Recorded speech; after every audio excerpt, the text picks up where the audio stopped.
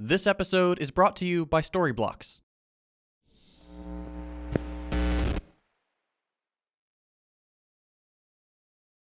This video is gonna be a little heavy, but it gets a bit better at the end.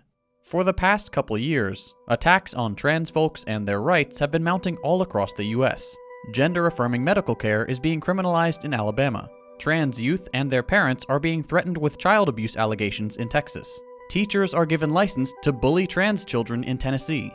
In the first 3 months of 2022 alone, over 300 bills have been introduced by Republican legislators all across the US to curtail the rights of, or otherwise punish, members of the LGBT community. 130 of these bills target trans people specifically. So far, at least 7 have become laws. And that's not all. Violence against members of the LGBT community have soared during the past few years in the US and the UK. In the US specifically, the Human Rights Campaign has recorded over 250 trans and gender nonconforming victims of, quote, fatal violence since they began tracking these events in 2013. Most of these deaths are women. Most are people of color. Black transgender women make up fully 2/3 of the victims. These are by no means trivial numbers. They're a horrific reflection of the reality of being LGBT today. In the face of these laws and these statistics, many people on the broad spectrum of the American left have voiced their support for the LGBT community. Many prominent Democrats have issued statements condemning these bills. But they're not alone. Socialist organizations like the DSA and CPUSA have issued their own statements. Why is that? Why do socialists, whom many believe to be concerned entirely with economics, support LGBT causes, especially issues that don't seem to have a direct link to economic matters? More generally, why do they support any movement for liberation, like LGBT, Black, and women's liberation? Obviously, that's a question very few people ask. After all, it's a really dumb question. It's really very silly. So silly that even though it's the title of this script, there's a good chance I wasn't dumb enough to also make it the title of the video. Oh, well, never mind. In any case, on the surface, and at least for most people on the left today, the answer to this question is obvious. It's the right thing to do. People who belong to these groups are demonstrably, undeniably oppressed just for holding these identities, and that's wrong. We should do something about it. And there's absolutely no doubt about any of this. It is an empirical fact that this oppression is going on, it's unacceptable, and resisting it is the right thing to do. But that's not always a satisfying answer. If it were, I wouldn't even be able to ask my stupid question in the first place. Because for both those on the right and those within the more reactionary segments of the socialist movement itself, that answer is clearly not doing it. Why socialists? Why these movements and not others? After all, the intersection of the socialist movement with various other movements for liberation isn't always obvious. Actually, that's not quite right. Often, it's more than just not obvious, it's actively obscured. The truth is that socialist movements, at the very least the kinds we should promote and hope to see succeed, are movements which carry these struggles at their core. There are clear and crucial reasons for socialist movements to be intersectional and for liberatory movements to be socialist in their nature. Because only when these two forces are operating in tandem do either of their goals really make sense. And whether we answer the question, why do socialists support liberation movements, by looking at history, contemporary politics, or leftist theory, the clear answer is that intersectionality and socialist politics must go hand in hand. Just like peanut butter and jelly, or conservatives and superglue chapstick, some things are just better together. Let's look at the historical part of this whole argument. Socialist movements all over the world, and all throughout history, have been led by, participated in, and centrally concerned with issues pertaining to people in the LGBT, Black, Indigenous, and women's liberation movements and communities, among others. So, when asking the question, why do socialists support liberation movements? Obviously, one of the big answers is that a lot of socialists themselves hold one or more of these identities and face this oppression directly, and therefore often integrate it into their resistance. But it's clearly not just that. These issues have just generally been central to revolutionary movements, particularly in the recently historic 20th century. Let's take 2 examples. You probably know about the Black Power movement and the central role played in it by the Panthers. The Black Panther Party was a political organization intent on achieving material equality for Black people in an America that still refused to produce it. But it was more than that. The Black Panther Party was a Marxist group explicitly advocating a socialist politics. It explicitly struggled for working class power, black power, but also, and to a large extent, women's liberation, all in tandem. Kathleen Cleaver, a member of the Black Panther Party who's written about the movement, explained some of these intersections like this.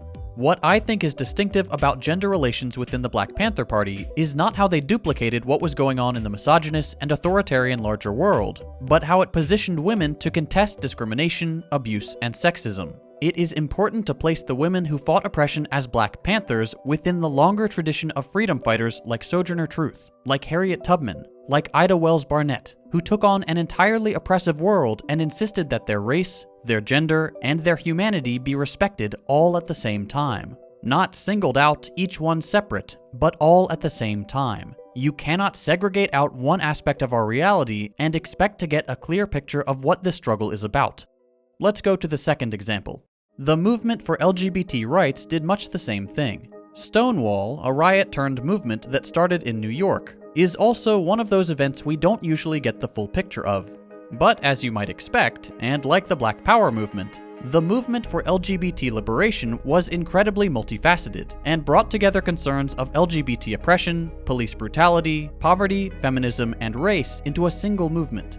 Over 50 years ago now, Stonewall launched an international, anti-capitalist, anti-racist, pro-LGBT movement.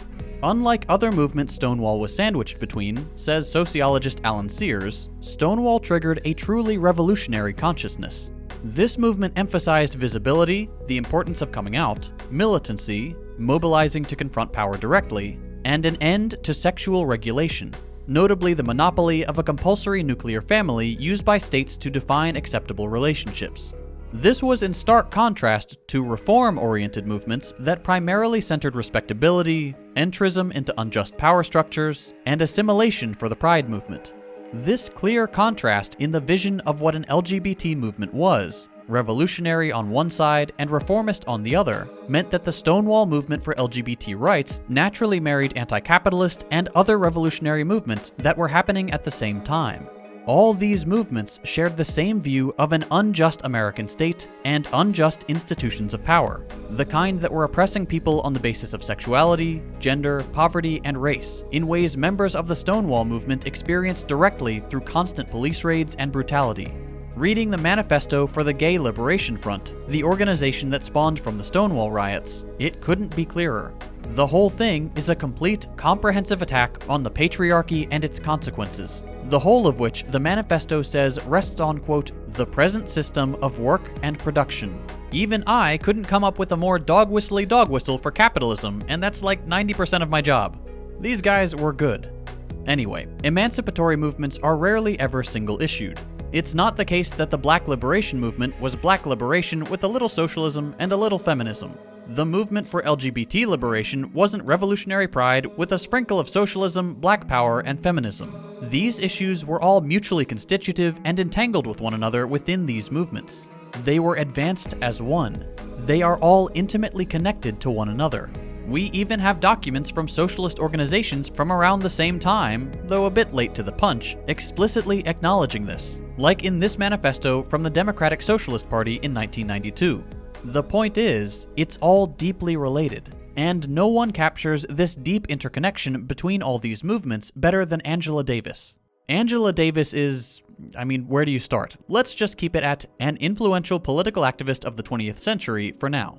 Davis, like other figures in the movements for liberation of the 20th century, was and to this day remains an avid militant for socialism, feminism, and LGBT issues, not as addendums to the demands of the Black Power movement she's most closely associated with, but as issues indivisible from one another and the greater struggle for freedom.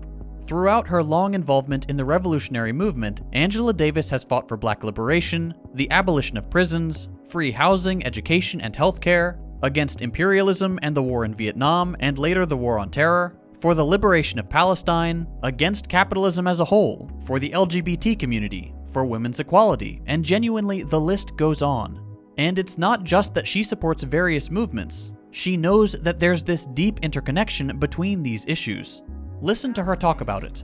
If we fail to perceive connections, relations, intersections, crossings, junctures, coincidences, overlapping and cross-hatching phenomena, we will be forever imprisoned in a world that appears to be white and male and heterosexual and cisgender and capitalist and US-centric or Eurocentric.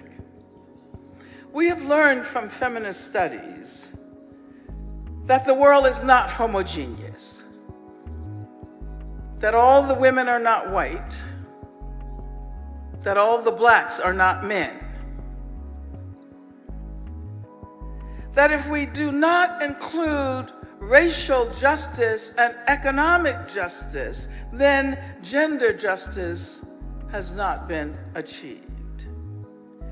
It means that we have to develop habits of perception, habits of analysis that acknowledge the inadequacies of the conceptual tools on which we are compelled to rely. Pretty cool. Even though these historical movements and figures were not always explicit about the interconnection between all forms of oppression, there's a huge body of evidence that these ideas of intersectionality permeated the discussion and struggles of past revolutionary movements. And it's hard to imagine revolutionary movements today not centering these same struggles. Not only do we have a mountain of statistics about violence against the LGBT community, as we saw earlier, we know how these statistics encompass deeply racial and gendered components. We know what the distribution of poverty is like in this country between white and black, men and women, and cisgender straight folks and members of the LGBT community. We also know what the trends are looking like for the future.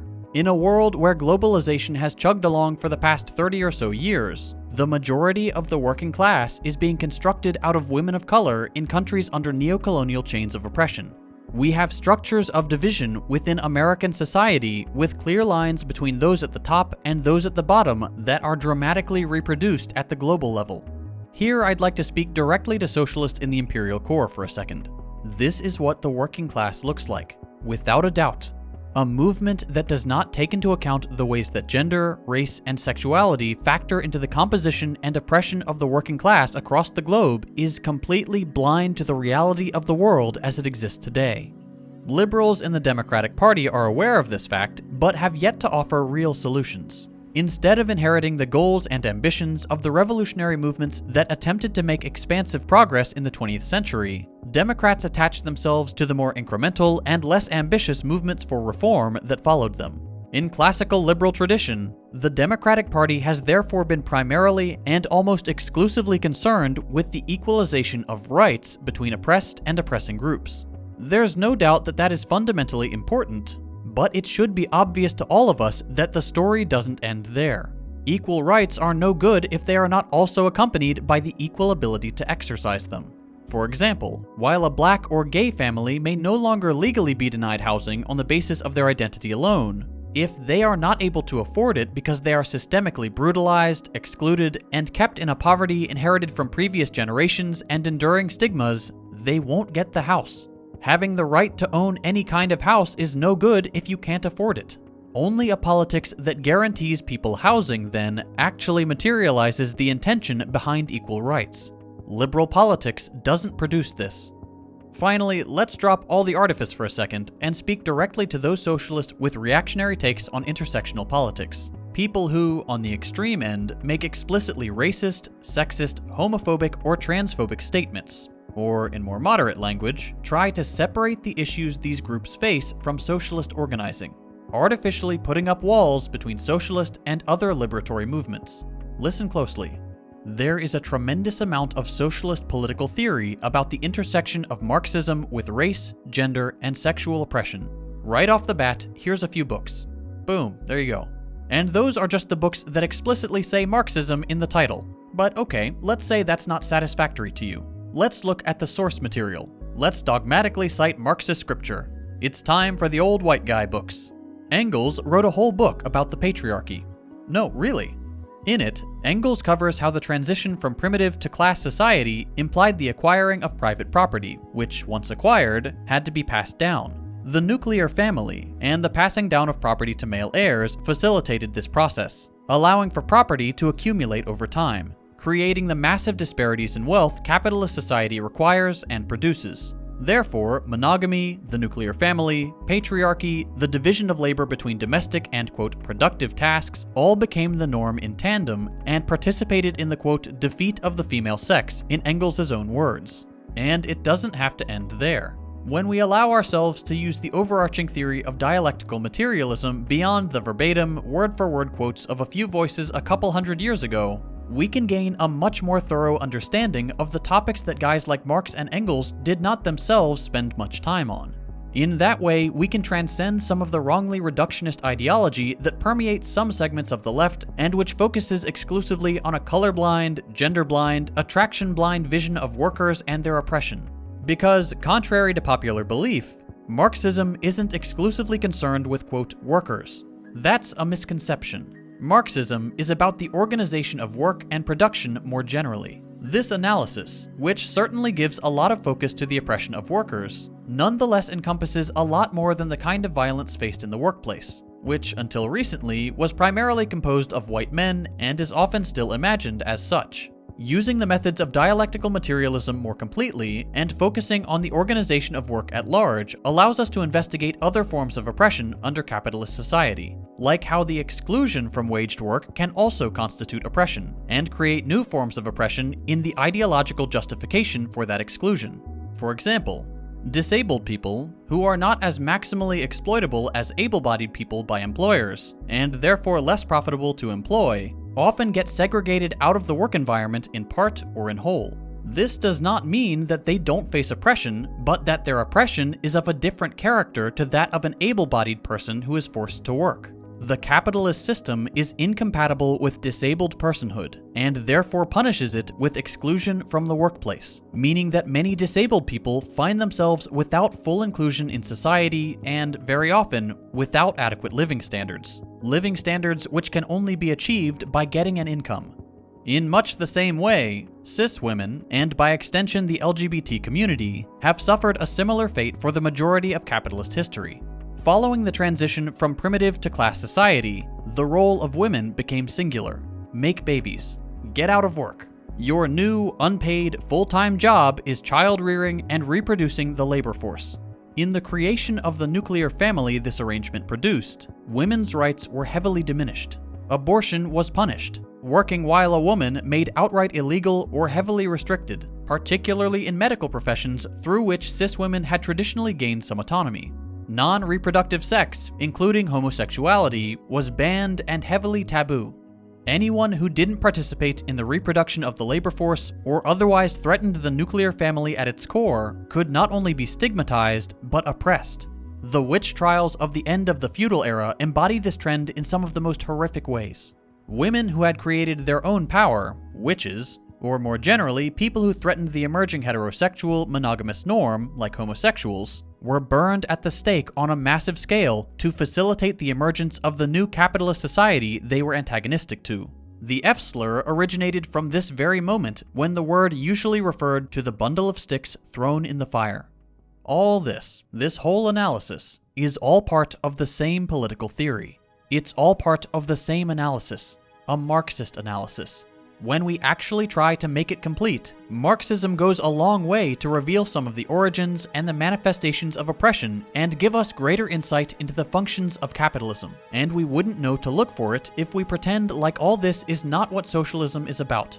There is no default condition of exploitation. Exploitation is inherently multifaceted, conditioned and executed through multiple channels and against multiple groups. Being blind to these differences and focusing on creating arbitrary barriers as to what constitutes, quote, real exploitation and oppression also means reaching for a weak, barely revolutionary new society, rife with the same undemocratic hierarchies of the old. Socialists have a lot to gain from an intersectional analysis, and movements for liberation have a lot to gain from a socialist analysis. To the extent that these two groups can even be clearly separated in the first place, there is a lot for everyone to get from the other side. Luckily, the fact that many people have realized this gives me a lot of hope for the future, and for the kinds of movements we can hope to see change the world. As one final point, I should mention that I don't hold any of the identities I've discussed at length here. Neither I, JT, narrating this video, nor my writer are victims of racial, homophobic, transphobic, or sexist oppression, so there's a good chance that parts of this video, particularly the discussion of oppression, have been inadvertently downplayed or otherwise misrepresented. I encourage you to look through the sources of this video, especially since a large number of them are authored directly by members of these groups. My own analysis was only ever going to be incomplete. Theirs, much less so. If I can be your introduction to these topics, that's great, but please do make sure that I don't become your only source. Over the years, I've had a lot of people ask me how I make my videos. Particularly, they want to know where I get all my footage. The answer is Storyblocks. Storyblocks is one of the most well-known platforms for sourcing royalty-free assets like stock footage, After Effects templates, music, images, and sound effects. For people like me who need to cover a lot of material but don't have the budget of a Hollywood film or a big production house, being able to lean on Storyblocks and their massive library of content is a game changer. It allows me to make the videos I want to make without sacrificing my vision due to time, budget, or resource constraints. If I'm being perfectly honest, there's no way I could make my videos without Storyblocks and the footage they provide. As you've probably noticed, I use a lot of stock footage in my videos, so I'm constantly downloading shots from Storyblocks. And the best part is, the vast majority of their catalog doesn't scream stock footage like a lot of other sites. Their footage is high quality, professional, and covers just about every topic you could ever need, from aerials to city life to professions, manufacturing, and more. And if you do happen to need a meme shot, they have those too. If you're looking to get started making videos like mine, I highly recommend you give Storyblocks a try. They've got flexible subscription plans for every budget. And if you're like me and you need literally hours of stock footage, their unlimited all-access plan gives you the freedom to download and use as many assets as you want. So, if you'd like to help support my channel and get access to one of my absolute favorite video production resources, visit storyblocks.com/secondthought and give it a try today. If you enjoyed this video, consider dropping a like. If you hated it, a thumbs down. You can check out my previous episodes by clicking the links on your screen. Thanks for watching, and I'll see you next week.